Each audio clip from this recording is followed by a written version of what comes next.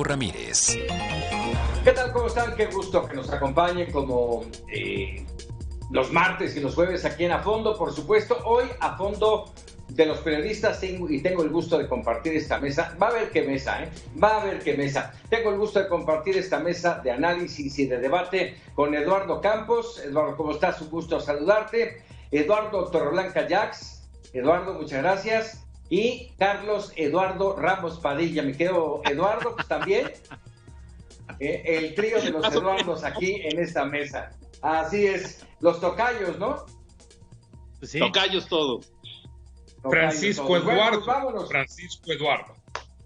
Francisco Eduardo, claro que sí. Vámonos rápidamente porque hay temas y dentro de esto vamos a ver cuáles son los grandes pendientes que tiene esta administración en un poco más o menos 20 meses. Grandes pendientes que se han ido diluyendo ahí con cosas mal llamadas distractores, pero que finalmente, efectivamente, distraen y no atacamos esta administración, no atacan los temas como deben de ser. COVID-19, fuera de control, y es pregunta. Arranco contigo, Eduardo Campos. Fuera de control, sí, pero principalmente una gran desinformación y una gran contradicción de las medidas que ha dictado el gobierno federal. ¿En qué con esto? Voy a cosas muy concretas. El presidente de la República nos ha repetido en 7 ocasiones, en tan solo 2 meses, que la pandemia está controlada, que ya vamos aplanando la curva. Sin embargo, día con día vemos que los números incluso han roto récords en estos dos meses. ¿Hacia dónde nos dirigimos? Desafortunadamente, a un grado de alarma, a números que nunca se habían registrado, a situaciones que nunca habíamos visto y sobre todo a una situación en la cual el gobierno nos está diciendo una situación que es contraria a la necia y terca realidad que día con día estamos viviendo en este país, Paco.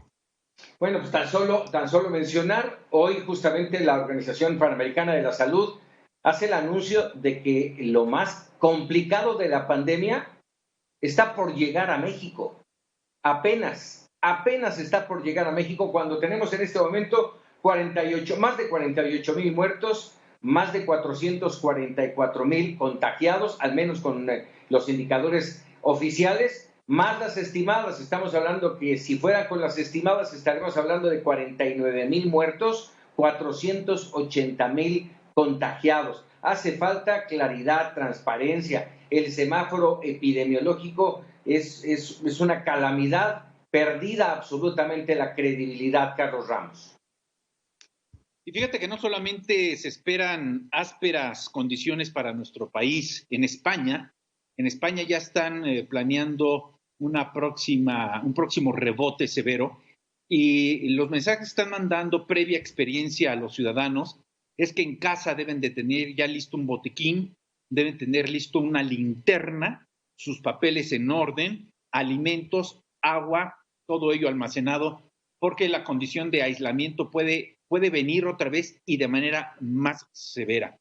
Y yo le preguntaría a Lalo Campos si esta serie de disposiciones o medidas gubernamentales en nuestro país son una contradicción o son una irresponsabilidad. Y lo manejo por 3 aspectos.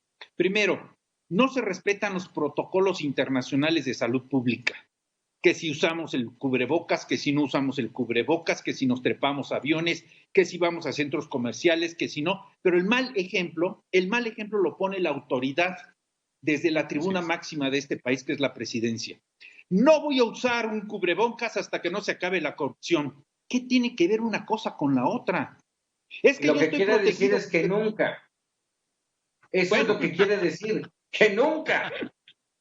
Empezando por algunos de sus miembros más cercanos, que están bajo sospecha rigurosa de altísima corrupción, digo, para empezar. Y si no sale a decirle al pueblo bueno de que él está inmune porque tiene sus estampitas milagrosas que lo protegen. Vamos, es el único estadista, si es que podemos decirle así, mandatario, jefe de Estado, que se refiere a la protección de su sociedad bajo una pandemia de estas condiciones. Punto 1. Punto 2. Se contradicen las medidas. Una cosa en la mañana dice el presidente, otra cosa en la noche dice el subsecretario de Salud, López-Gatell, otra cosa dicen los gobernadores, hay enfrentamiento, hay gobernadores que dicen estamos en rojo, el otro dice no estamos en naranja, el otro dice voy a cumplir, el otro no. Y el tercer punto son los mensajes equívocos que se están dando a la sociedad. Salgan, no pasa nada, abrácense, estamos en primera fase de pandemia. Me parece, e insisto, mi querido Lalo Campos, vamos a ver qué dice nuestro tocayo Torreblanca, pero más que una contradicción, estimo, esto se está tratando ya de una franca irresponsabilidad que está llevando a un criterio generalizado ya en redes sociales para la renuncia inmediata de López-Gatell. Sí, hay inconsistencias en los mensajes, hay muy graves inconsistencias, nada menos hoy López-Gatell hace un llamado a la población a quedarse en casa. Después de casi 5 meses, ahora sí llama a quedarse en casa, a salir solo si es necesario, Eduardo Torreblanca. Fue una estrategia, ya bien lo han señalado mis compañeros tocayos, ha sido una inconsistencia muy importante y una falta de visión estratégica en materia económica. Porque cuando tú tienes dominada a la economía por la informalidad, tú sabes que tú no puedes llamar, si es que se llama con contundencia, cosa que no se hizo, a un confinamiento estricto, cuando sabes que el grueso de la economía está dominada por personas que si no salen a trabajar, no van a comer en sus respectivos hogares. Y si hubiera habido ese reconocimiento, hubiera habido la necesidad de hacer cuentas y de saber que era preferible darle un mes de apoyo a todas las familias en México, para propiciar un estricto confinamiento que hubiera no cedido, no controlado absolutamente la pandemia, pero sí haber reducido significativamente el ritmo de contagios. Porque incluso países que lo hicieron destacadamente, por ejemplo Argentina, que es una nación con menor desarrollo económico que el nuestro, o Estados Unidos, que es muy superior su Producto Interno Bruto al nuestro, lo hicieron sin que pudieran, por ejemplo, en el caso de Estados Unidos, dominar la pandemia, y en el caso de Argentina reírse, porque bueno, ya están en menos de 10,000 muertos, ¿no? Mucho menos de 10,000 muertos, y están alarmados. Nosotros vamos a un terreno en de que nunca vamos a poder olvidar la cantidad de muertos que provocó una estrategia equívoca, si es que hubo, errática y realmente lamentable desde el punto de vista social, desde el punto de vista de comunicación y desde el punto de vista económico. Ahora, hablando justamente del tema de paralización, además para redondear este tema, ya vimos que hace falta transparencia, que los números no son los correctos, que en fin, ha faltado estrategia e implementación de ella. En este tema de la paralización, ayer se anuncia el plan de reactivación, valga el término, o el regreso a clases, ¿sí? Y pues no sé si sea plausible o no, pero a final de cuentas yo creo que quedan muchos niños fuera de la jugada de este regreso a clases. Creo que se tuvieron 5 meses, para no exagerar, se tuvieron 5 meses para planear un regreso y creo que se está haciendo sobre las rodillas. Carlos Ramos Padilla. Pues yo iría un poco más allá, Paco. Me parece que hemos tenido el tiempo suficiente para exigir motivos de creatividad en diferentes sectores de la sociedad. No solamente esta comunión de las empresas televisoras, de medios de comunicación para retransmitir o reprogramar las clases, que yo lo pongo en duda porque ya le dimos muerte a la reforma educativa en este país y no hemos tenido alternativas que puedan superar este problema. Yo no sé los planes de estudios, no sé realmente cómo pueda funcionar esto y a través de la televisión. Pero más allá de estos pronunciamientos sobre el sector educativo, que es muy importante y lo planteas, Paco, yo quisiera formularle una pregunta, un interrogante a Lalo Campos y a Lalo Torreblancas en el sentido del impacto económico o el impacto social político que puede tener no solamente este control de los mensajes educativos. Perdóname que te interrumpa, mi querido Carlos. Sí. Vamos a tocar el tema económico en el siguiente bloque. Abarquemos en este momento el tema de la educación. Vámonos con la educación, que es un tema importante. Bueno, solamente quiero ponerlo en la pestaña porque tiene que ver mucho con el COVID y con la pandemia, que es la centralización de la compra y distribución de los medicamentos, porque preguntaría, después siguen los alimentos, pero bueno, si quieres esto lo tratamos en materia económica, que me parece un franco error de otra ocurrencia del gobierno.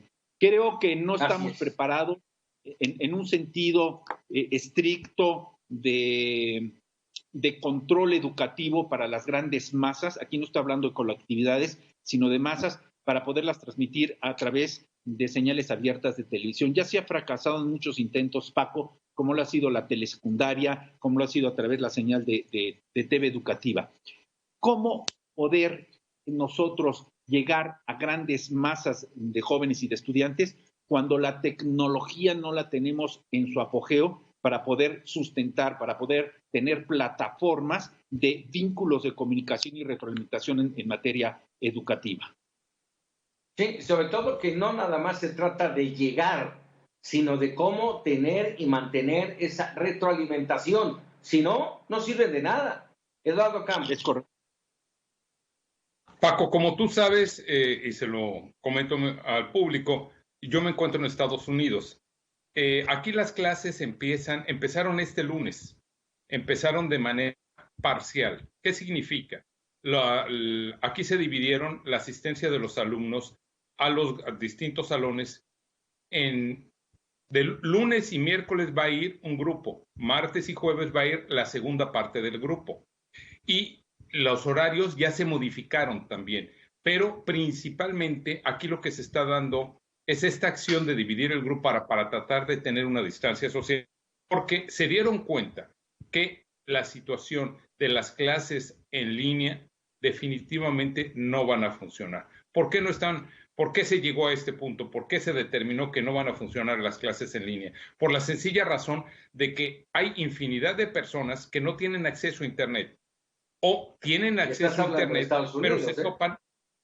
Estamos hablando, sí, de uno de los países de primer mundo, donde están además viviéndose la situación de que en este momento en una misma casa hay 3 o 4 niños que si empiezan a acceder al mismo tiempo a las redes sociales o a las clases a través de sus teléfonos, exactamente. Entonces, hay todavía, súmale un detalle más, hay muchísimas casas aquí en los Estados Unidos que no tienen acceso a Internet.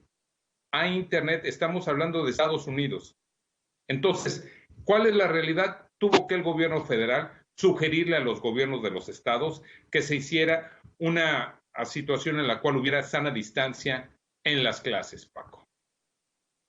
Cerramos contigo brevemente, me quedo Eduardo Torreblanca Jax, y nada más redondear, el punto es ahí, no hay internet en Estados Unidos, en México también, no hay televisiones en todas las casas, en México tampoco, electricidad en muchas de las casas y de las zonas más alejadas del país, no hay electricidad.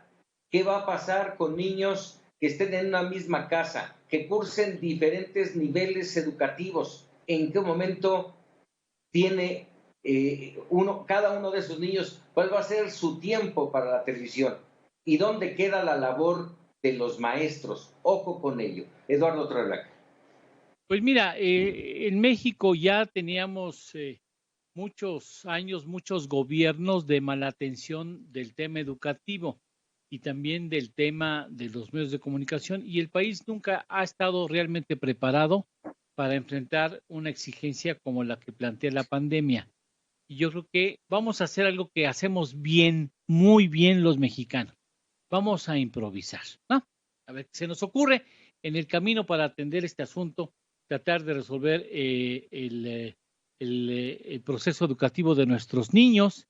La única ventaja que le veo es que pues no habrá posibilidades de hacer huelga, supongo, y de que los maestros de la coordinadora paren las programaciones de televisión. Ahora se dan cuenta el gobierno federal que existe la televisión pública, que también juega un papel importante en el ámbito de la comunicación en el país, y nos damos cuenta que pues ya no hay que preocuparnos porque tengan internet o electricidad o agua potable. o baños, ¿no? O mesas para poder estudiar, o techos que los cubran del sol y de las inclemencias del tiempo. Porque si en algo hemos sido ingratos en México, ha sido con la educación, que es el origen de muchos de los problemas que hoy estamos viviendo en el país. Sin duda, sin duda. Bueno, pues ahí queda. Sí, déjame aportar rápidamente algo que me parece importante. Son dos incisos. Uno, que en esta enorme convocatoria en favor de la educación a través de los medios de comunicación, vi con preocupación la ausencia de dos grandes instituciones, la Universidad Nacional Autónoma de México y el Instituto Politécnico Nacional. Me parece que de ahí deberíamos de iniciar el origen de sembrar esta educación a través de los medios. La universidad ya varias veces ha tenido que suspender sus clases presenciales por el COVID. La universidad tiene los mejores investigadores y no se tomó en cuenta ninguna de estas instituciones para este tipo de aportaciones. Y la segunda es que pude platicar con algunos maestros, me decían que están sumamente preocupados, no solo por las anotaciones que decía mi querido Lalo Campos en relación, y tú también, Paco, a la retroalimentación o a la ausencia de tecnología en algunas zonas, sino que van a ser incapaces, subrayo, van a ser incapaces de poder controlar a través del Zoom a 30 estudiantes de manera simultánea. Todo un reto. Y un detalle, si me permites, antes de irnos a pausa, Paco. Y ya tenemos que irnos, perdón, nos tenemos que ir a un corte, porque si no los otros temas ya no caben. Perdónenme. Nada más anotar esta parte importante. No solamente es el tema de todo esto que acabamos de hablar. ¿Qué otra opción tendríamos? Si no se pensó en 5 meses, casi 6, si no se pensó en estrategia, lo que se está haciendo es lo único que se puede. Creo que no hay para más ya en este momento. Vamos a hacer una pausa y regresamos a fondo.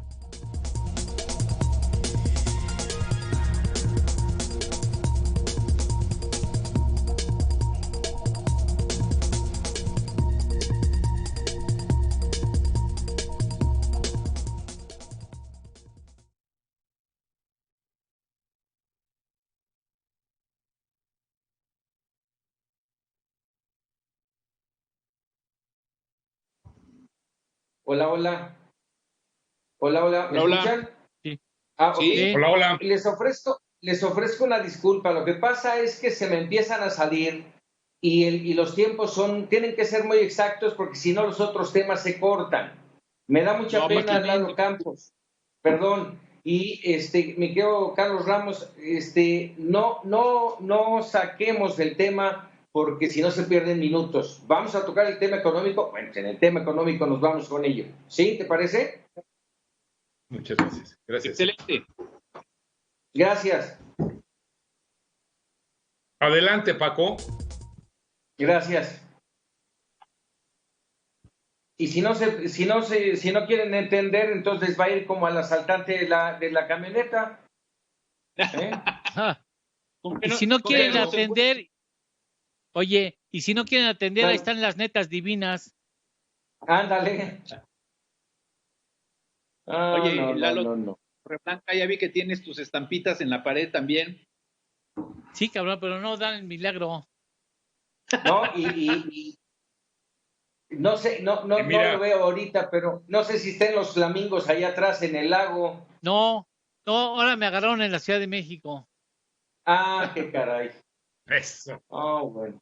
Eso. Oye, Lalo, por cierto, necesito que me eches una recomendación para ver con qué banco es preferible un crédito.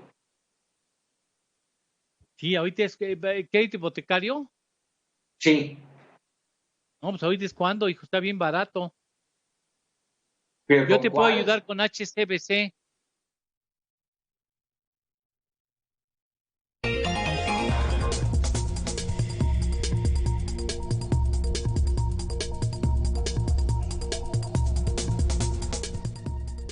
Ya estamos de regreso, segundo trimestre, el peor de la historia. Bueno, esto ya es peor historia en muchos sentidos y no solamente en el tema económico, sino en otros factores. Ya lo platicaba hace un momento Carlos Ramos Padilla.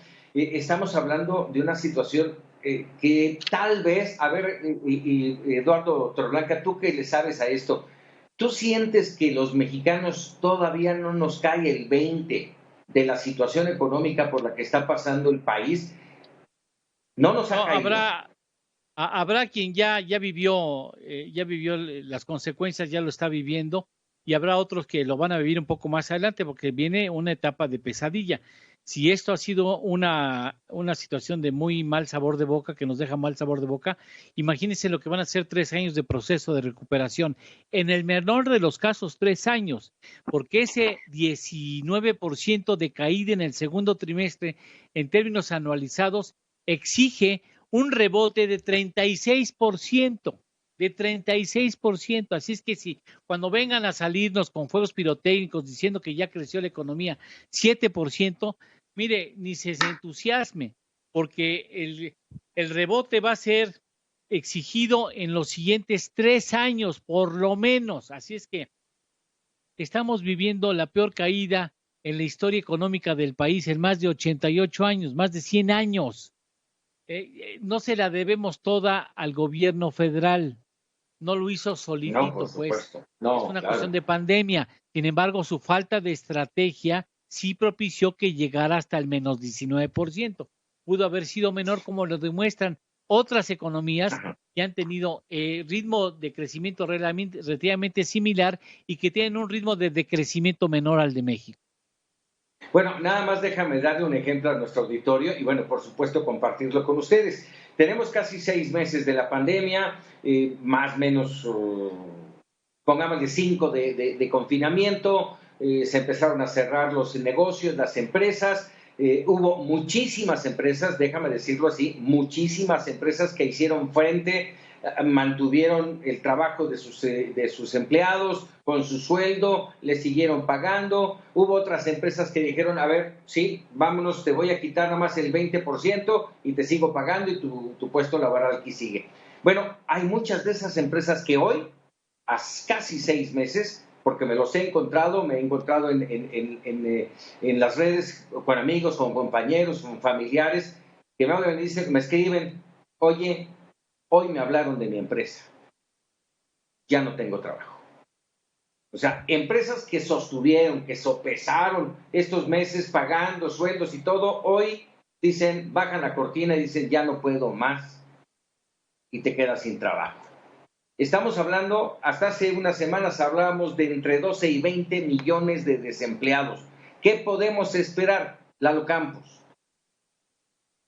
Pues déjame nada más alarmarte todavía con algunos datos que se generan aquí y que van a repercutir directamente en México. ¿A qué voy? La economía en el segundo trimestre se contrajo en el 32.9%.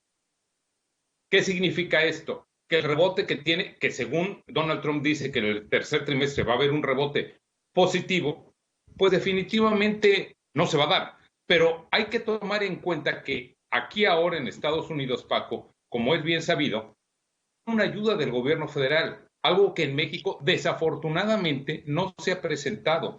Y esta falta de ayuda en México va a tener consecuencias, tiene ya consecuencias inmediatas. Aquí, en cualquier estado de los 50 de la Unión Americana, te topas que ya hay infinidad de lugares que se están ofreciendo en renta, que se están desocupando. Hay grandes tiendas históricas como JCPenney, que han cerrado su puerta, grandes marcas de ropa, por ejemplo, de mujer, Victoria's Secret, que ya anunciaron que se van, infinidad de empresas. Estamos hablando de la economía más fuerte del mundo.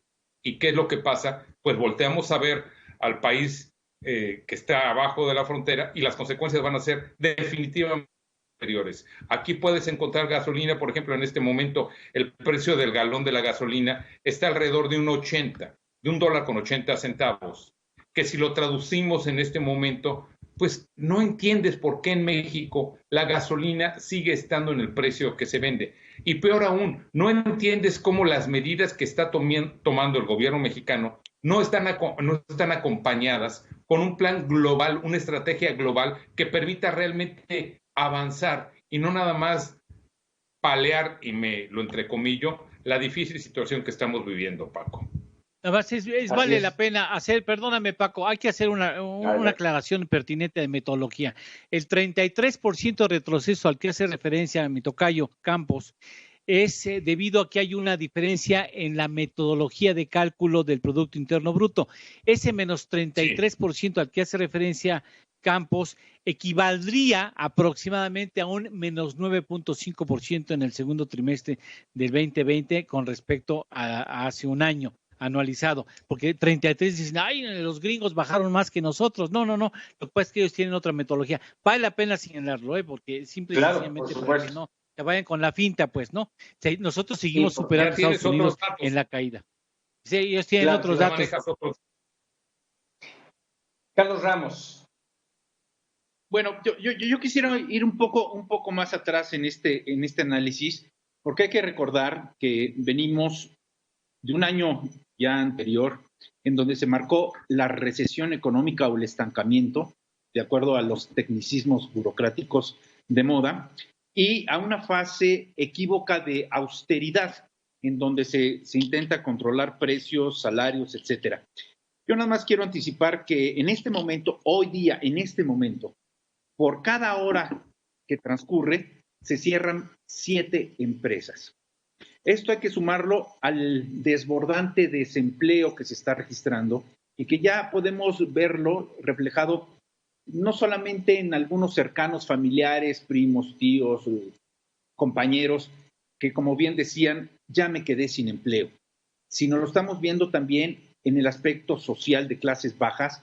En las esquinas, los cinturones de pobreza de las ciudades se están metiendo nuevamente a las colonias, a las clases, para 2 cosas. 1, estimular la delincuencia urbana, o 2, este tipo de personajes que vemos en las esquinas, que son no solamente mexicanos, hay muchos migrantes que están pidiendo un auxilio económico, se están multiplicando los limpiaparabrisas, en los centros comerciales vemos cada vez más mujeres con niños pidiendo limosna, pidiendo víveres, pidiendo alimentos. Repito, esto puede traer consecuencias graves de crecimiento de delincuencia.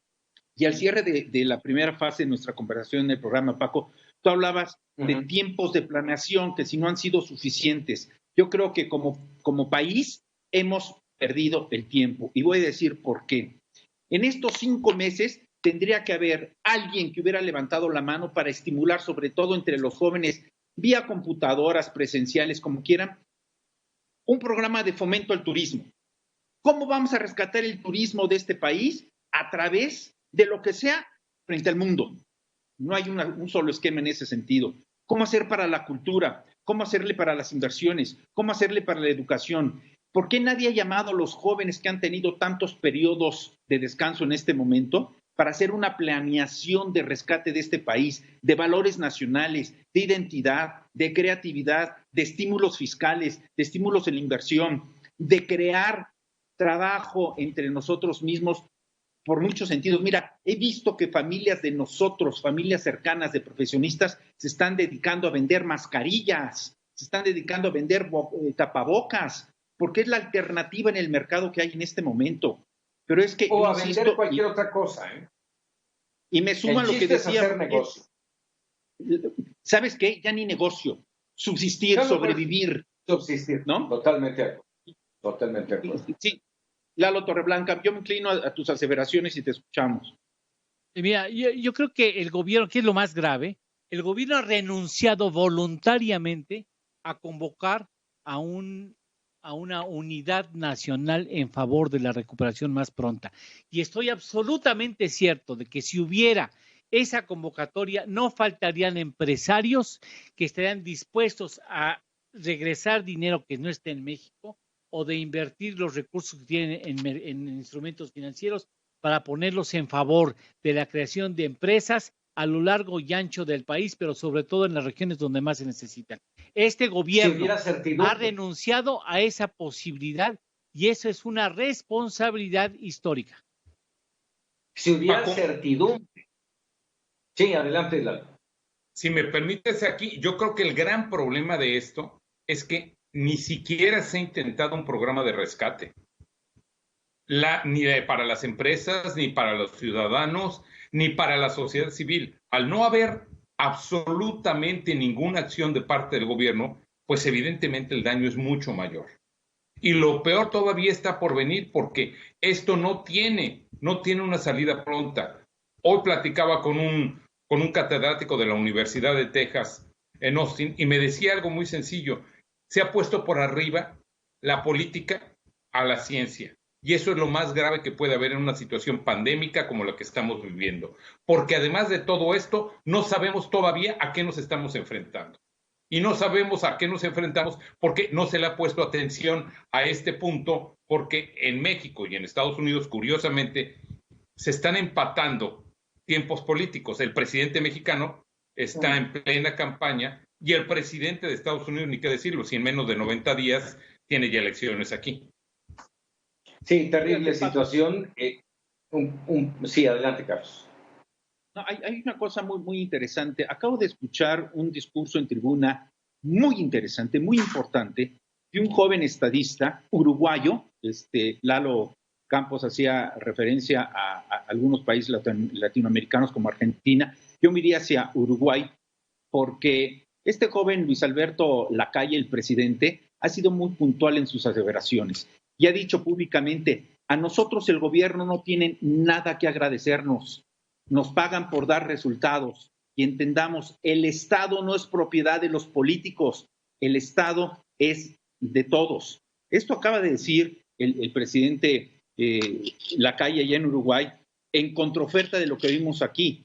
Aquí la economía va a salir, ¿saben cómo? A través de rifas, a través de subastas, a través de asambleas levantadedos callejeras, a través de cerrar o no cerrar inversiones, como lo que está ocurriendo con la cervecera allá en el norte de la República Mexicana.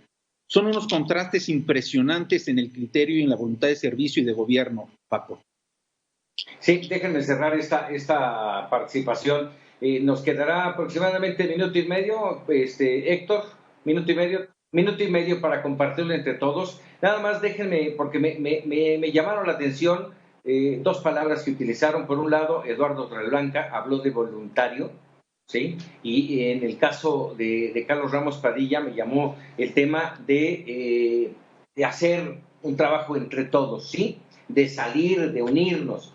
Y a mí me llama la atención y quisiera conocer su punto de vista. En este momento, el gobierno mexicano, a través de la Secretaría de Hacienda, está solicitando aportaciones voluntarias a los empleados del gobierno federal, incluso en muchos de esos casos, con porcentaje específico de sus sueldos. Y no es una aportación única, es aportaciones mensuales. Le están quitando el dinero a los trabajadores mexicanos del gobierno federal. ¿Es legal? ¿Es ilegal? ¿Cómo lo ven? Esa es la estrategia ilegal para salir del problema económico y de salud. A ver, es ilegal, Paco, pero además es un disfraz grosero y majadero. Te voy a decir por qué. A los burócratas que todavía conservan su capacidad de empleo, les están reduciendo en 20% su salario y les están quitando su aguinaldo.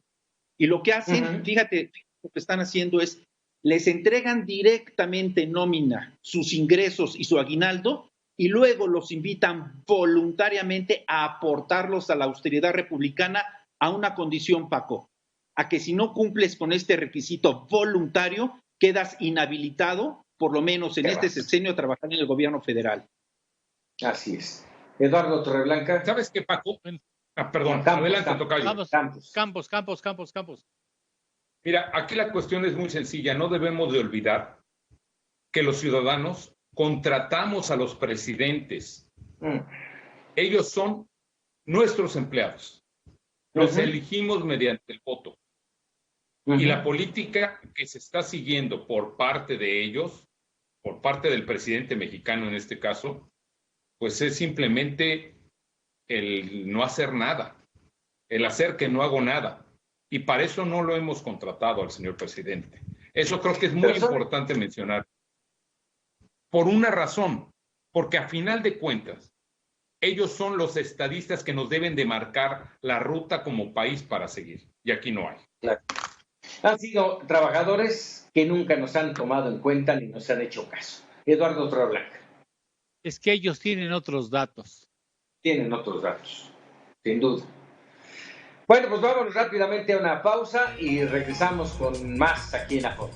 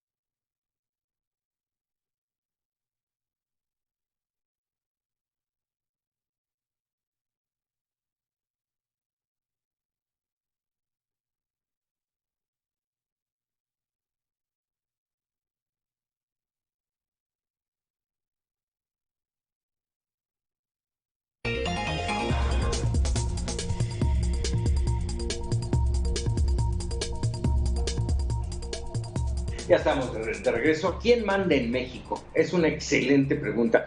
Hablamos de los grandes pendientes que tiene el gobierno, la administración actual, y uno de ellos es justamente el tema de la seguridad. Y vamos, lo hemos venido manejando a lo largo de muchos meses, incluso mucho antes de que llegara esta administración. El tema de la inseguridad y la violencia iba creciendo mes a mes. Cada mes era el mes más violento. Y seguimos en esa misma tónica y esa misma mecánica. Tenemos índices elevados, más que cuando efectivamente había una guerra en contra del crimen organizado. Hoy tenemos números mucho más altos, mucho más rebasados. Da miedo salir a la calle y los golpes, vamos, como el del fin de semana contra el Marro, son golpecitos como para darle un poquito de oxígeno al propio gobierno, pero la realidad, no sé qué piensen ustedes. ¿Cómo vamos en este entorno? Carlos Ramos Padilla. Pues no puedo decir que bien. Evidentemente tú lo has dibujado muy bien. Son datos históricos sin registro alguno por el número de víctimas que estamos observando, no solamente en los cementerios clandestinos, sino en las muertes por el COVID, en las muertes por la delincuencia. Son cifras verdaderamente espeluznantes, pero según el gobierno, ustedes tiene la culpa don Porfirio Díaz, ¿no? Pero a ver, en plan serio, yo no sé ustedes, Paco, Lalo Campos, Lalo Torreblanca, si les ha ocurrido este fenómeno, pero toda vez yo recibo a través de mis redes sociales más videos de ejecuciones en vivo, más advertencias, desafíos y amenazas de encapuchados bien armados en vivo. Cada vez recibo más documentales de Fuerzas Armadas que pretenden ser superiores a las del ejército mexicano en vivo. Cada vez recibo más videograbaciones de pobladores, de vecinos, de contribuyentes que están haciendo justicia por propia mano ante la ausencia y o corrupción de las autoridades. Tú mencionabas hace unos minutos fuera del aire, Paco, esto último que hemos visto, la golpiza que le ponen a un asaltante en el transporte público ante la ausencia de las autoridades. No estamos muy alejados ya otra vez de los linchamientos públicos. Y bueno, este asunto, sí, si quieres, este asunto, después de escuchar a mis compañeros Campos y Torreblanca, nos vamos hacia lo grande, hacia el espectáculo, hacia el circo, que yo dividiría en dos pistas. Uno que es el Marro, Ovidio y Lozoya. Ese es un espectáculo con luces a la izquierda y con luces a la derecha tenemos a García Luna, al Chapo y a Duarte. Ya explicaré por qué lo divido en dos pistas y me gustaría después tratarlo, porque estos son asuntos que yo he llamado públicamente de petardos mojados. Es decir, mucha expectativa que ha creado el propio presidente y el propio gobierno sobre estos asuntos y salen con un chispazo que no llega ni siquiera a una detonación. Y con un usted perdone, ¿no? Bueno, Eduardo Campos. Paco, sigue siendo el gran pendiente de este gobierno de seguridad.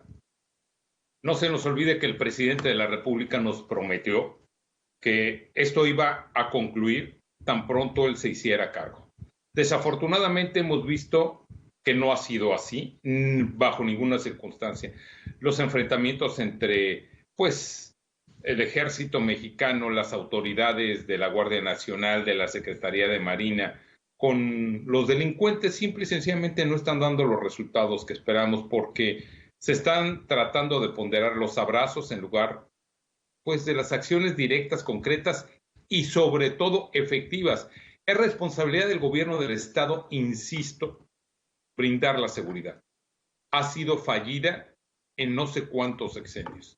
Y en la situación ha un grado alarmante que, sumado a la situación de emergencia sanitaria que tenemos, nos deja en una situación realmente de aislamiento total. Tú lo decías, da miedo salir a la calle. Sí, pero ¿qué es lo que pasa? El gobierno no está cumpliendo con ofrecernos, con dar las acciones mínimas de seguridad. La creación de la Guardia Nacional, qué bueno, se aplaude. Desafortunadamente no podemos cambiar las cosas. Ahora sí que, como dice el presidente, yo lo voy a hacer la inversa, de arriba hacia abajo. No se puede cambiar de decir, vamos a poner a la Guardia Nacional y con eso se va a solucionar todo. Ya quedamos claros que así no son las cosas. El presidente tiene que voltear a la calle día con día y ver que la situación no ha mejorado.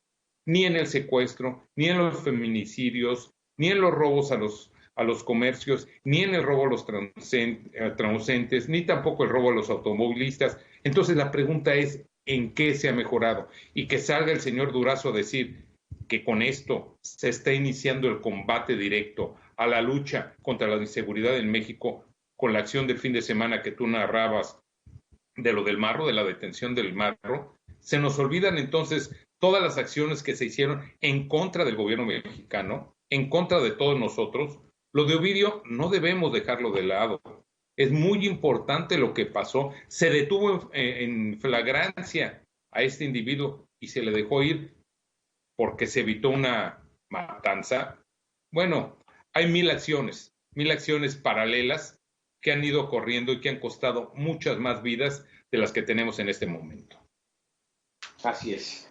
Lalo Torreblanca. Bueno, qué triste tener que declarar rápidamente, responder a tu pregunta bajo una perspectiva pues nada halagadora, el que pues a mí me parece que quien está gobernando son las bandas de delincuencia organizada.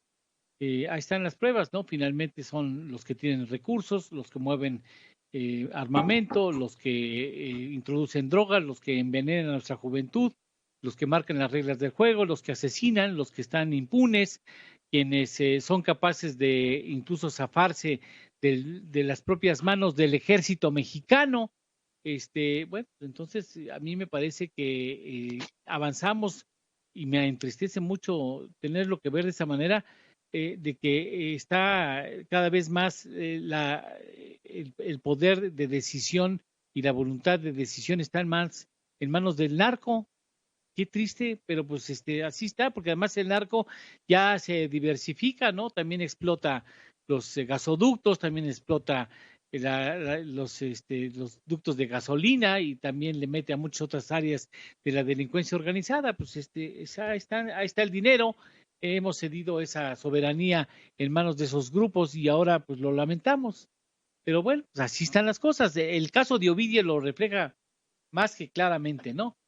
Una falla de estrategia quizá que pone en riesgo a las familias de los militares. Independientemente de eso, es inconcebible que hayas dejado libre a una persona que la está buscando medio ejército estadounidense. Así es. Ahora sí, Carlos Ramos. Bueno, hablaba yo de dos pistas, quisiera incrementarla a una tercera. Yo sé que son casos distintos, son delincuentes distintos, son situaciones distintas, pero a mí me confunde la actuación de gobierno y la actuación judicial en mi país. En la primera pista está el Marro, que hace poco también en un video en redes sociales con un léxico muy florido anticipaba amenazas, desafíos porque se habían metido con las familias y esto no se valía, etc. Ya lo detuvieron. Se hizo todo un espectáculo mediático, lo presentaron, lo transportaron, le declararon, etcétera. Cosa que no ocurrió con Ovidio. Con Ovidio lo detuvieron enfrente de quienes lo habían detenido, usó una línea telefónica, yo creo que para recibir instrucciones, o como dice Lalo Campos y Lalo Torreblanca, para darlas, que es lo más peligroso. Y después de la liberación vimos allá en esta tierra norteña un desfile de sicarios, pues mostrándonos todo su poderío y festejando que habían liberado al jefe. Que yo desde ese momento en que lo liberaron pregunto, no hay inteligencia, no hubo seguimiento, porque hasta la fecha no sabemos nada de Ovidio, más que la palmadita que le dio el señor presidente de la República a la madre del Chapo, abuela de este sujeto. Y bueno, el caso Lozoya que bien ilustraba un meme, que es muy representativo, que dice, la cuarta T lo buscó por todo el mundo para traerlo a un hospital. Es decir, es un petardo mojado, se presumía daría nombres, se iba a hundir a expresidentes, a funcionarios públicos, a instituciones, y no ha pasado absolutamente nada más que el señor se declare inocente. Segunda pista, también las expectativas de grandes nombres. Agarraron a García Luna, ahora sí a temblar el sistema político y los corruptos mexicanos. No ha pasado nada. Agarraron al Chapo, ahora sí va a temblar el sistema político, ahora sí va a temblar. No pasó nada. Y bueno, con el señor Duarte exactamente lo mismo. Y vamos a la tercera pista, que se llama Ayotzinapa. ¿Y por qué menciono Ayotzinapa? Porque acaba de ocurrir en la Ciudad de México un gravísimo atentado contra el secretario de Seguridad Ciudadana, Omar García Harfuch, que pocos recuerdan que fue el director de la Policía Judicial cuando desaparecieron estos jóvenes normalistas allá en Guerrero. ¿Qué va a pretender o qué quiere el gobierno federal con esto? ¿Hasta dónde quiere llegar, por ejemplo, con el caso Ayotzinapa? Porque se habla de los rojos y se habla de Guerreros Unidos, un grupo delincuencial contra otro, en donde en medio encontraron a estos chavos y los eliminaron. Pero ¿dónde está Ángel Aguirre? Ángel Aguirre, expriista, gobernador por el PRD, cercano al señor López Obrador. Los Abarca, sin duda alguna. Marcelo Ebrard como jefe de gobierno mandando financiamiento a los Abarca porque iban a conocer al señor López Obrador. Y bueno, entre otras cosas, la rural de Ayotzinapa. Entonces, si ya demolieron una verdad histórica que era la de la pasada administración, ¿cuál es la nueva? Y en esta nueva empieza el salpicadero de nombres. Yo quiero saber hasta dónde la cuarta T va a soportar que en ese entonces, en el atentado contra estos normalistas, el PRD era quien gobernaba ese estado y era responsable, bajo campaña presidencial, de todas las aseveraciones, el señor López Obrador. Lalo Campos. Estoy leyendo en este momento un libro que, pues ojalá le podamos hacer llegar al presidente de la República, releyendo a Dostoyevsky, Crimen y Castigo. Yo creo que por ahí podemos empezar. Tiene que haber acciones directas. No puede haber, ante la actuación de la delincuencia en este país, una manga ancha para que sigan haciendo lo que quieran. Tenemos que castigarlos realmente e integrar las carpetas de investigación que señala el gobierno de manera correcta, para que entonces sí se pueda seguir el proceso tal cual debe de ser. Y no quede este espacio de impunidad, este espacio de grises donde pues se está consignando a una persona y a la mera hora cuando se trata de juzgar, pues no se logra ningún avance porque simple y sencillamente pues estuvo mal integrada esta carpeta. A todo crimen debe de haber un castigo, no hay más. No podemos seguir permitiendo que quien mande sea la de las armas. No podemos seguir cruzados de brazos y pedir una investigación cuando vemos el video de los amigos del Mencho, de los aficionados o del grupo de seguridad del Mencho. No podemos ver eso, no podemos permitir como país llegar a ese grado de cinismo, de irnos acostumbrando a escuchar de los Menchos, de los Ovidios, de todo este tipo de gente que en nada benefician al país y que sí nos están llevando a una realidad, ahí sí, a una nueva realidad en la cual, canos, todos como país, estamos perdiendo. Sí, bueno, de entrada, y esto que estás hablando de que todos estamos perdiendo, es que de entrada no hay Estado de Derecho, ni quien trate de mantener ese Estado de Derecho, al menos en la letra, ¿sí? Pero que no existe. Y van en todos los niveles, desde los ciudadanos, o las bandas, o los grupos que toman casetas, carreteras, vamos, y que nadie los castiga, aquellos que hacen marchas violentas, rompiendo escaparates, violentando a quienes se les pasan enfrente, y no hay una sola autoridad que les diga, eso no se puede, eso no está permitido. No hay nada. Más allá de los abrazos, más allá de los balazos, más allá de cualquier otra cosa, es que no hay Estado de Derecho. Hablaban ustedes el tema de Ovidio. El tema de Ovidio, el dejarlo libre es una ilegalidad que no se castiga. Y cuando no se castigan ese tipo de cosas, pues ¿qué podemos esperar de la autoridad, Carlos Ramos? Sí, tienes toda la razón. Aquí hubo una serie de irregularidades, pero además de una manipulación para no decir mentiras hacia la opinión pública. Porque si hacemos el recuento y están los testimonios, tú los tienes en tus archivos, Paco, pues vemos a un presidente de la República que dice que él no estaba enterado porque estaba en gira. Vemos a un señor Durazo que dice que esta fue una actuación colegiada, la decisión de liberar a Ovidio. Y después sale el presidente de la República para decir, no, yo lo ordené. Entonces, sabía, no sabía, estaba en gira, no estaba en gira, él ordenó, no lo ordenó. Pero para los juristas, para los hombres de la Constitución, no se ha cometido ninguna irregularidad en este desafío presidencial porque él no es Ministerio Público. Él no puede ordenar que se libere a un delincuente. Entonces, ¿bajo quién está la responsabilidad de un acto en flagrancia de esta magnitud? Soltarlo, liberarlo, dejarlo libre y como decía hace unos momentos, no hay un recuento de seguridad nacional, de inteligencia que nos diga en este momento dónde está Ovidio. Al Marro, así mira, así lo detuvieron y se habla que los drones y que lo siguieron por su hacienda y que aquí lo capturaron y te dejan entrar a la hacienda. De Ovidio yo no he sabido absolutamente nada desde el momento en que él dio la instrucción de que lo liberaran. Y dicen por ahí que esto lo hizo a favor de no dar a conocer una serie de documentos videograbados que él tiene en relación a varias gentes de poder en este país. Lalo Torreblanca. Pues confirmaría lo que muchos sospechan en el país, de que finalmente hay una colusión importante entre las principales figuras políticas de pasadas y actuales administraciones con el narcotráfico, ¿no?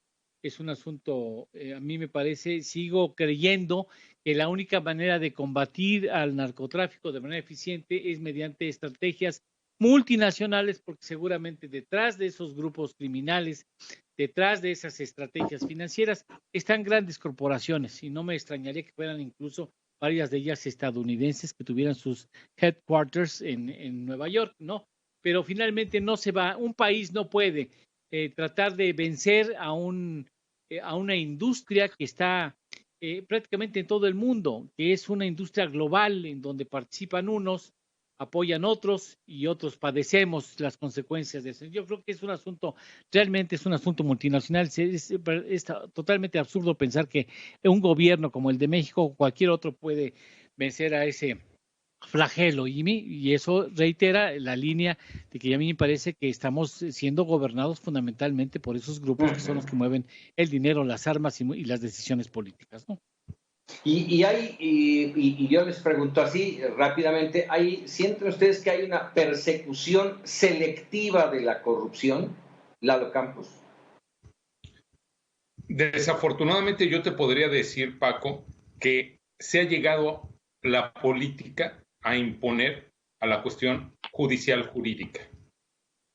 Aquí todo se viene a politizar. En México se politiza absolutamente todo. Y los resultados están a la vista. ¿Cómo es posible? Tanto se habló de que se iba a traer a Lozoya y iba a arder México después de sus declaraciones.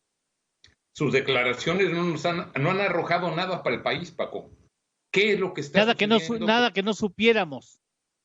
Nada que no supiéramos. Se está politizando. Esto fue un golpe mediático que el gobierno federal realizó con un tinte muy fuerte. Déjenme hacerle al abogado del diablo. El señor Lozoya tiene 2 audiencias en lo que ha estado en México. 2. Y las 2 son audiencias de iniciación, primera audiencia, vamos. ¿Qué esperábamos? Que en la primera audiencia se sentara y dijera, fulanito, sutanito y perenganito me ordenarán hacer esto. Yo creo que también estamos presionando mucho y estoy de acuerdo con ustedes. Discúlpame que te interrumpa, Paco. No, espérame, estoy de acuerdo con ustedes, pero creo que el proceso está iniciando. Adelante, Lalo. Discúlpame que te interrumpa nada más con una frase y se los voy a dejar a mis compañeros. A ver, el presidente de la República nos vendió a Emilio Lozoya como uno de los grandes capos de este país. Lo trajeron y el señor está simple y sencillamente gozando de la libertad en su casa. Oye, por favor, esto es lo que nos prometió el presidente. Hizo un acuerdo, no prometió, Miren que me estoy metiendo como abogado del diablo, no prometió, ¿sí? Hicieron un acuerdo con él. A ver, Paco, te voy a decir algo. A ver, Paco, esta extradición del señor Lozoya fue pactada, fue negociada. Y fue negociada a cambio de información. Entonces, ¿qué esperabas en la primera audiencia? Que soltara nombres, no que midiera el terreno, no que supiera si el agua estaba hirviendo o no. El señor, mira, es más, desde el presidente de la República, en audiencia pública que se llaman mañaneras, no sabe distinguir entre un testigo protegido y un colaborador, para empezar. Bueno, para empezar, nosotros no estamos distinguiendo entre ser periodistas a ser abogados. Ojo con eso, Ojo con eso. Tiene un proceso, insisto, yo comparto con ustedes este trato privilegiado. A este hombre no es para una democracia como la que vivimos. No es justa para los mexicanos que estamos esperando nombres. Pero demos el tiempo también, ¿no? No esperemos que llegue el hombre y diga, aquí están los nombres y aquí están las evidencias. Va con calma. Esto lleva su tiempo. ¿Cuántos años se llevó Chapo en juicio? Pero a ver, Paco, eso no lo dices tú. Ni somos abogados, te lo acepto, somos periodistas, pero el que lo dijo fue el presidente de la República. Y él dijo, el señor ya soltó datos. Él lo dijo, bueno, ni tú ni yo. Pero una cosa es que haya soltado datos y otra es que los hagan públicos, Carlos. Bueno, pero es que lo que nos prometieron fue otra cosa, Paco. Exactamente. A ver, ¿qué nos prometieron, Carlos? ¿Qué nos prometieron? A ver, ¿qué fue lo que nos prometió el presidente de la República? Espectáculo, dijo que la lucha nos prometieron espectáculo. Era la lucha. Nos prometieron espectáculo, es lo que nos están dando. Se nos fue el tiempo, perdónenme, se puso bueno cuando me metí de abogado del diablo, ¿verdad? Bueno, vámonos, muchas gracias, mi querido Lalo Campos, Lalo Torreblanca, Carlos Eduardo Ramos Padilla, gracias a los tres. Y bueno, por supuesto, gracias a usted que nos permite entrar aquí con nuestras opiniones, nuestras locuras y todo en a fondo con los periodistas. Vámonos con Alejandra López. Alejandra, ¿cómo estás? Muy buenas tardes. Hola, Paco. Paco, ¿cómo estás? Buenas tardes. Sí, aquí, bueno, ya estamos listos porque en unos minutos más tenemos información relevante. Por supuesto, le damos seguimiento al COVID, los estragos que ha dejado, sobre todo en el tema de la educación, lo que dijo la ONU, su postura con respecto a estas clases que se van a retomar de manera virtual, pero también vamos a hablar de otros temas, lo que ha dicho el presidente López Obrador hoy en la mañana con respecto a la toma de casetas, que también es un tema al que le hemos estado dando mucho seguimiento. Y por último, bueno, pues el caso de Dylan, este pequeño que fue robado allá en Chiapas, también en la violencia de género, cómo se ha perjudicado el Instituto Nacional de la Mujer con la austeridad también propuesta por el gobierno federal. Eso y un poco más, Paco, en unos minutos más. Y seguramente vas a traer, y estaremos pendientes de ello, el que se levantan las alertas en Bagdad, concretamente en la Embajada de los Estados Unidos. Ya tendrás tú toda la información. Por lo pronto, yo aquí me despido. Esto fue a fondo de los periodistas y lo dejo en excelentes manos con Alejandra López. Gracias, Paco. Pues sí, ya lo escuchó, estamos a unos minutos de arrancar con la información que justo le comentaba Paco para que por favor nos acompañe. Vamos a la pausa y regresamos.